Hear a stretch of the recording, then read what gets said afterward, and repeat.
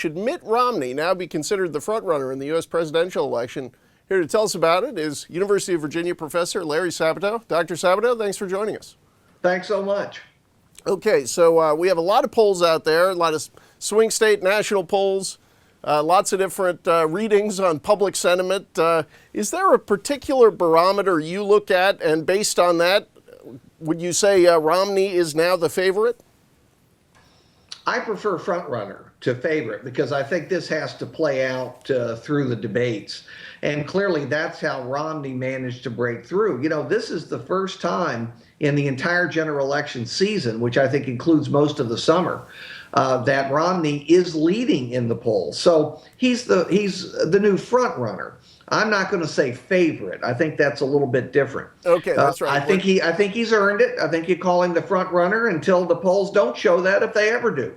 Okay, now of course we had the Wednesday night debate last week, widely seen as a big Romney victory, and then the bounce that came from that. And then we've had kind of the debate about the debate ever since, including President Obama, in some ways trying to make the points that his supporters wanted him to make at the debate. Big Bird, obviously, and whether the government ought to be paying for public broadcasting has been an issue. Is there a way to tell how the sort of cluster of issues post-debate are affecting the race? I mean, are we seeing a continuing bump, or you feel like there's a little bit of a Obama counterattack here? Well, there's clearly a counterattack, but the problem with the counterattack is you're reaching smaller, discrete audiences with TV ads or stump speeches or whatever it may be, using the lines Obama and his supporters wish he'd used that night. It's too late. 67 to 70 million people watched that debate. And the impressions that they were given, the views that were formed at that time, have been solidifying. So I think the bounce continues. Obviously, bounces fade with time. How long does it last? Who knows? You know, Obama's convention bounce lasted a lot longer than we expected it to. Maybe in the zero-sum world of politics, you now have a Romney debate bounce that will last as long. Okay, now one more question on that Romney bounce and how we measure it and how big it was. A lot of people looked at this Pew poll, which showed really a remarkable swing pre-debate and then post-debate, favoring Obama and now favoring Romney. Others had said, well, they changed the sample. It was more Republican in terms of the group they asked the second time. Do you think that Pew poll is a sign of a big surge, or is this just a question of who they happen to call up that week? I believe in polling averages. I never overreact or underreact to any particular poll. I look at the polling averages or the polling means, if you prefer. And what I'm convinced has happened is that Romney did get a bounce. It probably isn't as big as Pew measured it, but it isn't as small as some other polls measured it. You have to look at the averages. They do suggest that Romney has a slight lead over President Obama, and we'll see what happens at the other two presidential debates. That's what's critical. And of course, before then, we've got Thursday night's vice presidential debate.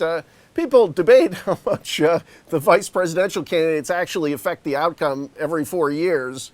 But given the problems for the president last week, are the stakes raised on this debate? What do you think the impact is here of the vice presidential contest? I'll bet the audience is pretty large for it. I think people have gotten intrigued because of what happened in Denver in the first presidential debate. So you'll have a large audience. When you have a large audience, then the skill of the debaters comes into play. This has become a battle of the party bases. Maybe it always has been. And Romney enthused Republicans. That's what's showing up in Pew and some other polls. It's that Republicans are more enthused. They're more likely to say they're very likely to vote. Democrats were depressed by President Obama's abysmal performance in the Denver debate. So what could Biden do to improve on that? I suppose he could turn in a good performance and maybe Democrats wouldn't be as depressed. But Paul Ryan could also turn in a good performance, and he could continue the momentum for Romney and set Romney up for next week's presidential debate. Do you think Biden now has a problem in that people are thinking he now really needs to deliver after last week, and that may be a challenge for him? Yeah, the expectations game is always at work in polling, in debates rather. And because of that, Biden is expected as the incumbent vice president to do well, and the pressure's on him to do well because his ticket mate did so badly. I just don't think a vice president can ever substitute for a presidential performance in the debate. If Obama's going to come back, he has to do it himself. And it will have to be done in both of the remaining debates. Makes sense. Okay, thanks, Professor.